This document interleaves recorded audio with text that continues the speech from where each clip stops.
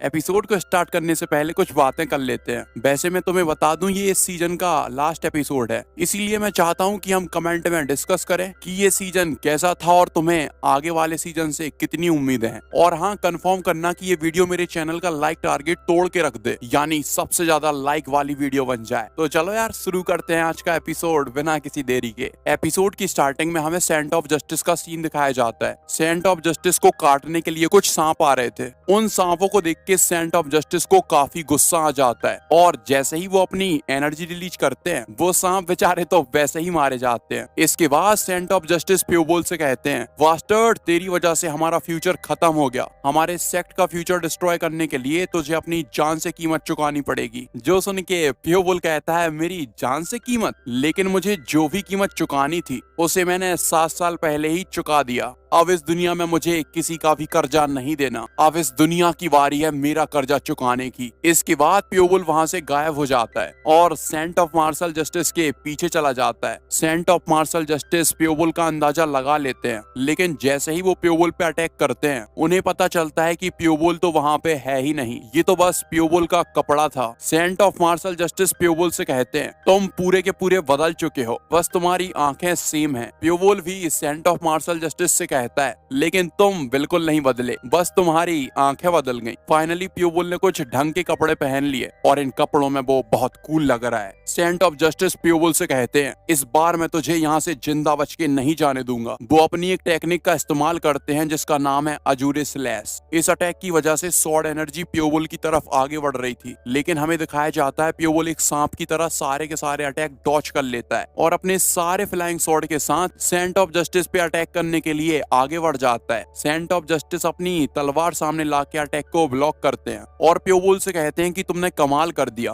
अब तुम कोई मामूली असासियन नहीं रहे। लेकिन उनके दिमाग में चल रहा था कि इसने 7 साल में ऐसा क्या किया है जो इसकी पावर इतनी ज्यादा बढ़ चुकी है। लेकिन चाहे कुछ भी कहो, मुझे बहुत ज्यादा मजा आ रहा है। बहुत टाइम हो गया किसी ने मुझे इतनी अच्छी फाइट नहीं दी, अब तो चाहे कुछ भी हो जाए मुझे जीतना ही पड़ेगा। जब सेंट ऑफ जस्टिस प्यूबुल की तरफ देखते हैं तो उन्हें प्यूबुल के अंदर गनसैंग दिखाई देता है, यानी वो हमारे हीरो को बहुत ज्यादा टैलेंटेड समझ रहे हैं। सेंट ऑफ जस्टिस प्यूबुल से कहते हैं, चलो ठीक है, अब मैं सीरियसली फाइट करता हूँ। इतना कहने के बाद वो अपनी बॉडी से काफी खतरनाक एनर्जी रिलीज करते हैं। उनकी एनर्जी की वजह से आसमान भी पूरी तरह से लाल हो जाता है। सेंट ऑफ मार्शल जस्टिस प्यूबुल से कहते हैं, चलो देखते हैं अब तुम ये अटैक डॉच कर पाते हो या नहीं। जैसे ही वो प्यूबुल पे अटैक करने के लिए आगे बढ़ते हैं, उनके पीछे मौजूद सारी की सारी जमीन सैटर हो जाती है। प्यूबुल भी उनसे फेस टू फेस लड़ने के लिए तैयार हो जाता है। जब saint of martial justice attack करते हैं तो उनके अटैक से बहुत बड़ा धमाका होता है। इस अटैक के बाद सेंट ऑफ जस्टिस को लगता है कि प्यूबुल मारा जा चुका होगा, लेकिन जब वो सारी एनर्जी क्लियर होती है तो प्यूबुल को कुछ भी नहीं हुआ था। प्यूबुल ने सेंट ऑफ मार्शल जस्टिस की तलवार 2 उंगलियों से पकड़ रखी थी। प्यूबुल की इतनी ज्यादा पावर को देख के सेंट ऑफ मार्शल जस्टिस का मुंह खुला का खुला रह जाता है। हमें दिखाया जाता है जैसे ही प्यूबुल अपनी थोड़ी सी पावर लगाता है, उस तलवार के अंदर क्रैक पड़ना चालू हो जाते हैं और देखते ही देखते प्यूबुल उस तलवार के टुकड़े कर देता है। सेंट ऑफ मार्शल जस्टिस कहते हैं, ये तलवार बहुत पुरानी है, लेकिन आज तक इस तलवार पे स्क्रैच भी नहीं आया, आखिर तुमने इसे कैसे तोड़ दिया? लेकिन तभी उनके छाती के अंदर कोई चीज घुस जाती है। ये देख के तो प्यूबुल भी चौंक जाता है। हमें दिखाया जाता है कि इमाई सेक्ट के लीडर ने ये हरकत की थी। इमाई लीडर कहती है, सेंट ऑफ मार्शल जस्टिस तुमने बहुत कर लिया, अब यहाँ से सारी की सारी लीड मैं ले लूंगी। लेकिन सेंट ऑफ मार्शल जस्टिस खड़े हो जाते हैं और कहते हैं, डरपोक कुतिया, तेरी हिम्मत कैसे हुई पीछे से अटैक करने की? लेकिन इमाई लीडर कहती है, इस बात से क्या फर्क पड़ता है मैंने कैसे अटैक किया, यहाँ पे सिर्फ उसी की चलती है जो जीतता है। तुम्हें अपने आप को ब्लेम करना चाहिए कि तुम मेरा अटैक डॉच नहीं कर पाए। जो सुन के सेंट ऑफ मार्शल जस्टिस कहते हैं कि तुम एक सेक्ट लीडर हो और यहाँ पे मौजूद सारे के सारे लोग तुम्हें देख रहे हैं, तुम्हें बिल्कुल भी शर्म नहीं आती?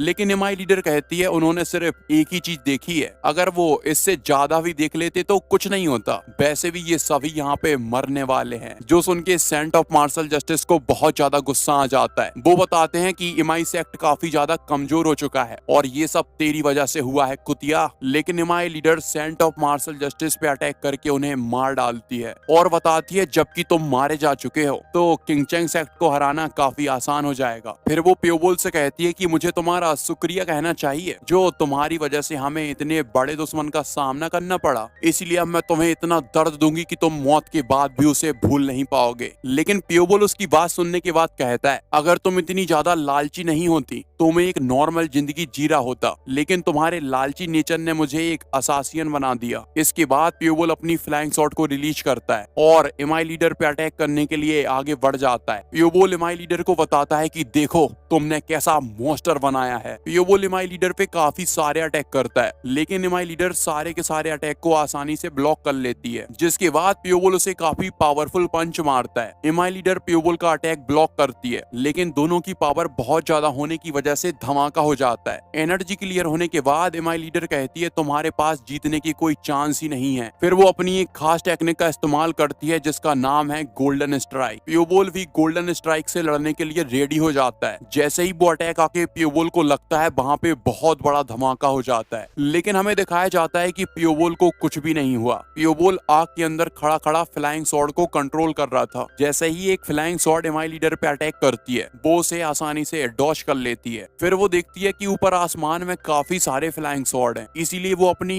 एनर्जी रिलीज करती है और जमीन पे दे मारती है। उसकी एनर्जी के इम्पैक्ट की वजह से सारी की सारी फ्लाइंग स्वॉर्ड बेकार हो जाती है, लेकिन हमें दिखाया जाता है पियोबोल के हाथ पे अभी भी कुछ धागे थे और वो धागे ग्राउंड के नीचे जा रहे थे। जब एमआई लीडर देखती है तो वो धागे उसके पैर से बंधे हुए थे। पियोबोल उस पर अटैक करने के लिए बहुत स्पीड से आगे बढ़ जाता है और एमआई लीडर को अपनी तरफ खींच लेता है, जिसके बाद पियोबोल एक टेक्निक का इस्तेमाल करता है जिसका नाम है स्विफ्ट माइंड। स्विफ्ट माइंड को इस्तेमाल करने के बाद पियोबोल एक और टेक्निक का इस्तेमाल करता है और इस टेक्निक का नाम है ब्लैक लाइटनिंग। पियोबोल बताता है जब मैं ये दोनों टेक्निक एक साथ इस्तेमाल करूंगा तो मेरा दिमाग बहुत तेजी से चलने लगेगा और मेरी फिजिकल पावर हद से ज्यादा बढ़ जाएगी। इतना बताते बताते पियोबोल एमआई लीडर के पास पहुंच जाता है और अपनी पूरी पावर लगा के एमआई लीडर को पंच मारता है, जिसकी वजह से एमआई लीडर की हालत खराब हो जाती है। एमआई लीडर लुढ़कते लुढ़कते काफी दूर जाके गिरती है। पियोबोल की इतनी ज्यादा पावर देख के एमआई लीडर कहती है इसने मुझ पे कब अटैक किया मुझे पता ही नहीं चला। फिर वो सियोलेन और मुरोंग से कहती है कि जल्दी आओ और इस पे अटैक करो। उसकी बात सुनने के बाद सियोलेन और मुरोंग अटैक करने के लिए आगे बढ़ जाते हैं। पियोबोल कहता है कि तू कितनी बड़ी कुतिया है, तू अपनी जान बचाने के लिए दो और लोगों को मरवाना चाहती है, लेकिन मैं तुझे कोई भी चांस नहीं दूंगा कि तू यहाँ से भाग जाए। इतना कहने के बाद पियोबोल बिना मुरोंग पे अटैक करे आगे बढ़ जाता है, लेकिन मुरोंग पियोबोल पे अटैक करने के लिए पीछे से आ जाता है। तभी पियोबोल की एक फ्लाइंग स्वॉर्ड मुरोंग पे अटैक करने ही वाली थी, लेकिन मुरोंग उस स्वॉर्ड को आसानी से डॉज कर लेता है। इससे पहले कि मुरोंग कुछ और समझ पाता, तीन और फ्लाइंग स्वॉर्ड आके उसे लग जाती हैं, जिसकी वजह से मुरोंग की हालत बहुत ज्यादा खराब हो जाती है और वो वहीं ग्राउंड पे गिर जाता है। अब सिर्फ रास्ते में सियोलेन बची थी। सियोलेन अपनी एनर्जी रिलीज करती है और पियोबोल पे काफी सारे अटैक करती है, लेकिन पियोबोल उसके सारे के सारे अटैक को डॉज कर लेता है और बिना उस पे अटैक करे उसके आगे निकल जाता है। ये देख के तो सियोलेन हक्की बक्की रह जाती है। पियोबोल सीधा एमआई लीडर के सामने आ जाता है और उसे बहुत ज्यादा खतरनाक अंदाज में देख रहा था, जिसके बाद पियोबोल की एनर्जी से एक डोमेन क्रिएट हो जाता है, बिल्कुल वैसा डोमेन जैसा जुजुत्सु काइसेन में होता है। जब एमआई लीडर अपनी बॉडी की तरफ देखती है तो वो पाती है कि वो सांपों की बहुत बड़ी गुफा के अंदर है। उसकी बॉडी के चारों तरफ सांप लिपटे हुए थे, लेकिन सबसे बड़ा शौक तो उसे तब लगता है जब वो अपने सामने देखती है उसके सामने एक बहुत बड़ा सफेद कलर का सांप खड़ा हुआ था। हमें दिखाया जाता है कि पियोबोल ने उसकी गर्दन काट दी है और इसकी वजह से उसकी डेथ हो जाती है। पियोबोल की इतनी ज्यादा पावर देख के सियोलेन और मुरोंग डर जाते हैं। सारे के सारे डिसाइपल पियोबोल को ही देख रहे थे। पियोबोल को देख के एक डिसाइपल इतना ज्यादा डर जाता है कि वो वहां से भागने लगता है। सियोलेन मन ही मन कहती है कि सब बर्बाद हो गया, ये इंसान इतना ज्यादा पावरफुल है कि ये हम सभी को एक साथ हरा सकता है। सियोलेन पियोबोल से कुछ कहने ही वाली थी कि तभी सेंट ऑफ मार्शल जस्टिस उठ जाते हैं और उनकी पूरी बॉडी एक डीमन की बॉडी में ट्रांसफॉर्म हो जाती है। सभी के सभी उनकी बॉडी से निकलने वाली एनर्जी को देख के समझ जाते हैं इन्होंने पक्का कोई डेमोनिक आर्ट सीखी है। लेकिन सेंट ऑफ मार्शल जस्टिस बिना किसी की बात पे ध्यान दिए पियोबोल पे अटैक करते हैं। पियोबोल उनका अटैक डॉज करके मन ही मन कहता है इसके मूवमेंट पूरी तरह से बदल गए, लेकिन डेमोनिक टेक्निक सीखने की वजह से इसका दिमाग ठिकाने पे नहीं है। डेमोनिक टेक्निक ने इसका माइंड पूरी तरह से खराब कर दिया है। इसीलिए पियोबोल अपनी सारी की सारी फ्लाइंग स्वॉर्ड को रिलीज करता है और सेंट ऑफ मार्शल जस्टिस पे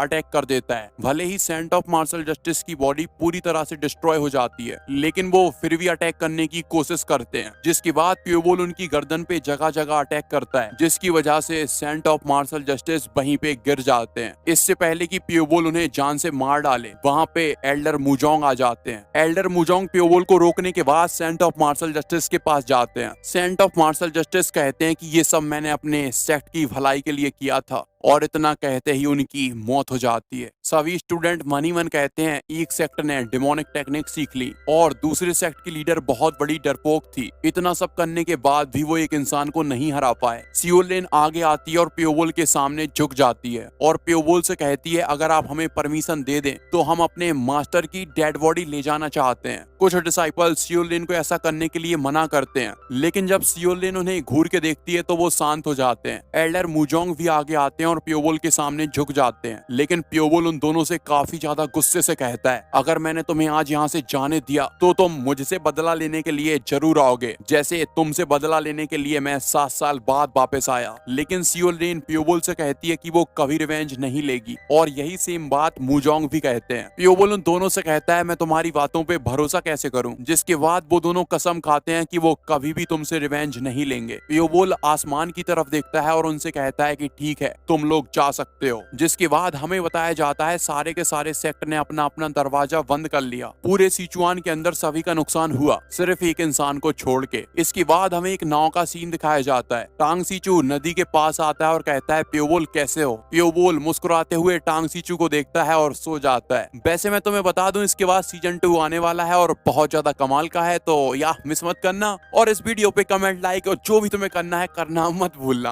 अब मिलेंगे सीधा सीजन 2 में 1 घंटे की वीडियो के साथ।